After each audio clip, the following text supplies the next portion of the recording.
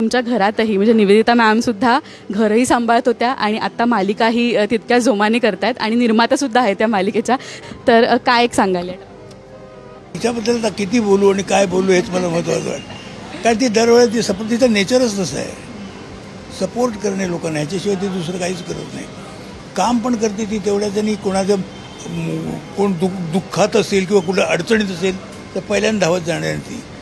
बरं आमचं काय, आमचं तसं काही हे नाही. आम्ही काम, तुझं काम तू कर, माझं काम मी करतो. बरं काय होतं, मी असा या नेचरचा माणूस नाही की तर तिने कशाला काम करायला पाहिजे, मी काम करायला नाही. काय असतं, प्रत्येक आर्टिस्ट हा एक आर्टिस्ट असतो आणि त्याची कला असते जी अशी मारण्यात काय अर्थ नसतो आणि ते करूही नाही कधी.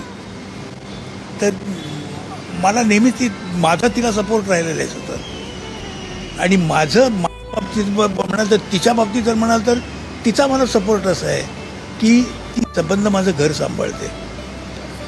मी काहीही करत नाही घरात, सगळं ती करते आणि हे अर्थात तिला क्रेडिटेबल आहे, एवढं सगळं सांभाळून करते.